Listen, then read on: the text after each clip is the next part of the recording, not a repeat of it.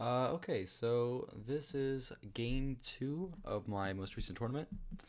I started this game off with the black pieces, and I am again playing an opponent who is around 350 points higher rated than me. Yeah, maybe that's a little too much. Maybe more like 320, but over 300 points.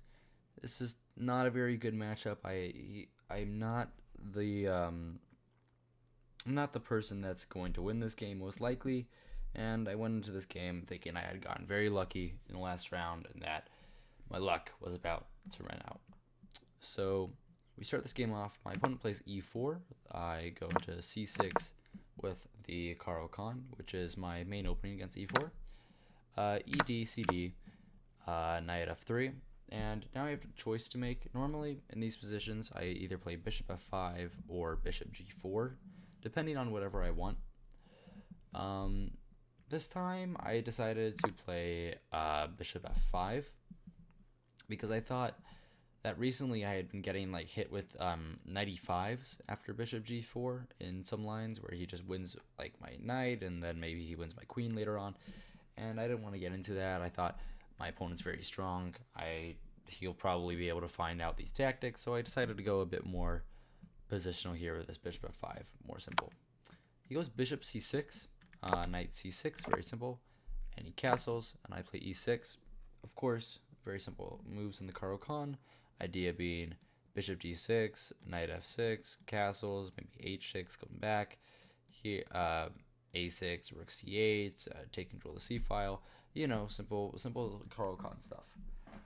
Either way, my opponent goes with this c3 idea, which is the only reason it's bad is because it's a little premature.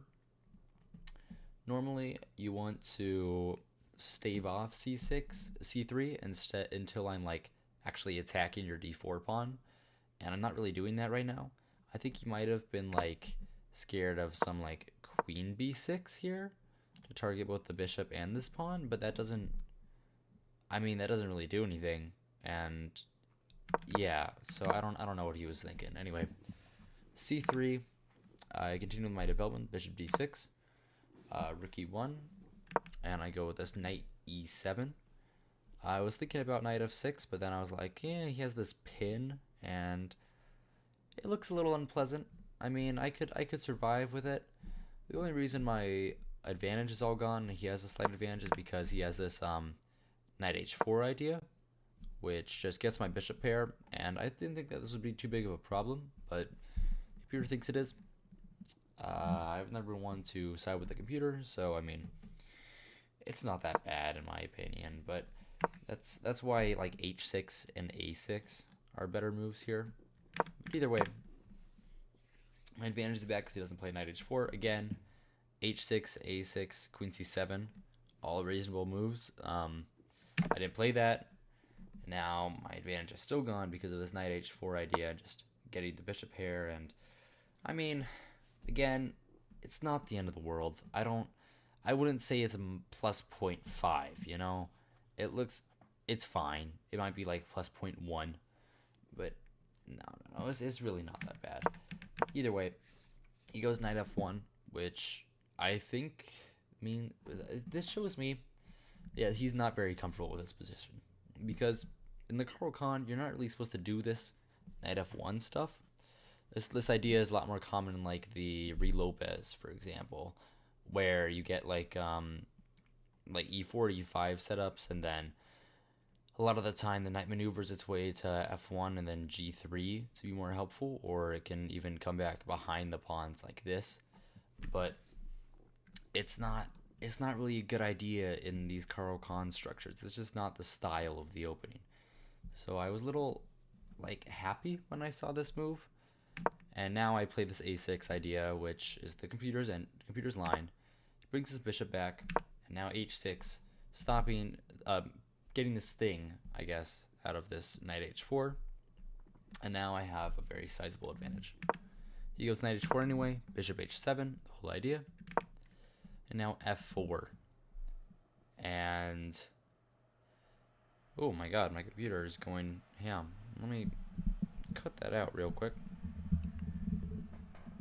I'm not gonna cut that out. I'm too lazy. Either way, I'm gonna move my mic over to the other side so they don't have to listen to that. He plays f4, and the issue is this attack with some like f5 stuff. It's not gonna work because my queen's gonna get here, and then I might even attack him back along the f file with my rook. And this is just, it's never good. This is never good. This isn't really a good plan. So I go with knight g6. Plan of simply getting the queen out and then maybe starting an attack over there and trying to trade off this knight. He of course takes because I mean coming back is just a waste of time. I guess I also just win a pawn here, so he can't really do that. So takes, bishop d3, and I could take on d3, but I decided to take on my trade on my own terms, which is a very common way to play. So I go queen f6.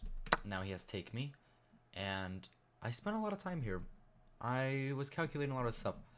I mean, there's two lines they can go for. I can either take with the queen, and this be solid, be positional, have fun with the position, or I can attack him with f takes and start just like really pressuring down this file. I can bring the other rook.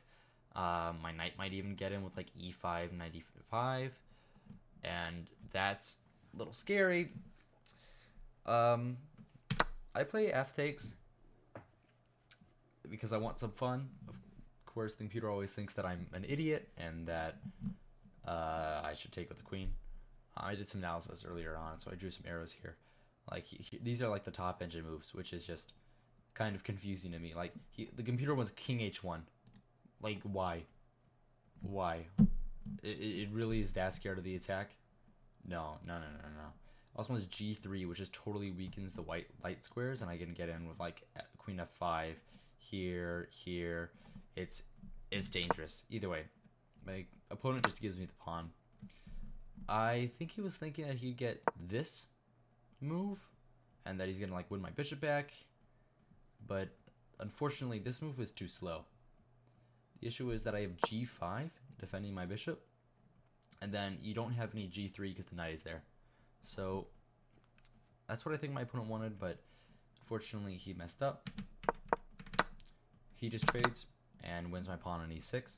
But now I have queen f2, and I get to take on b2, and I'm up a pawn, but of course this pawn is hanging, but this pawn is also hanging, and this pawn is hanging. Now I'm just up 2 pawns and completely winning the game. Now this was calculated by me. I calculated this when I took on f4, which is very nice. This very nice little bit of calculation that I had going there. I calculated all these lines.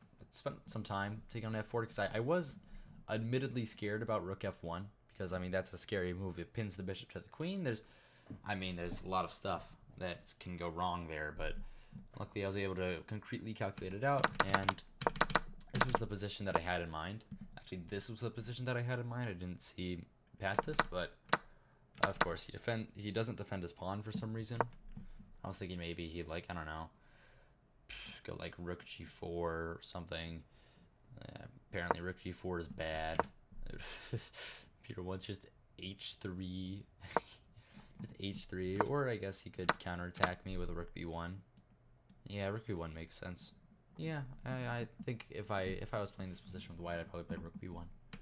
But either way, he comes here and then just trades queens with me, and this is over. Very simply over. My opponent decides to play a couple more moves. He tries to win the pawn on d5. I'm up 2 pawns. This is GG's. I would probably resign here with white. I go knight f5 because of course I want trades. I'm up material. Of course I want trades. Yeah, and he just blunders a fork, and then that's the game. And he resigns here. So that was my most recent game. Let's reiterate real quick. So it was a Caro-Kann exchange variation where I played bishop f5 instead of the normal bishop g4 or like knight f6. He goes for this weird like premature c3. I miss the h6 a6 ideas a lot, but fortunately I'm able to find it just in time. My opponent starts this weird attack with f4, but it doesn't work. and I'm able to open up the F file and start wreaking havoc on his position. I win a pawn here, and then my opponent trades queens. I'm up 2 pawns, and my opponent blunders a fork to end the game. So I hope you found this instructional. Very nice way of showing how sometimes your attacks works and sometimes they absolutely do not work. But yeah, hopefully you found this fun. I certainly did when I was playing the game, and this actually gets me 1.5 out of 2, which is incredible because I'm only playing players 300 points higher rated than me, and I'm very happy. So next couple of games, we'll see how the tournament finishes up. I hope you guys stay around. Good evening and good night.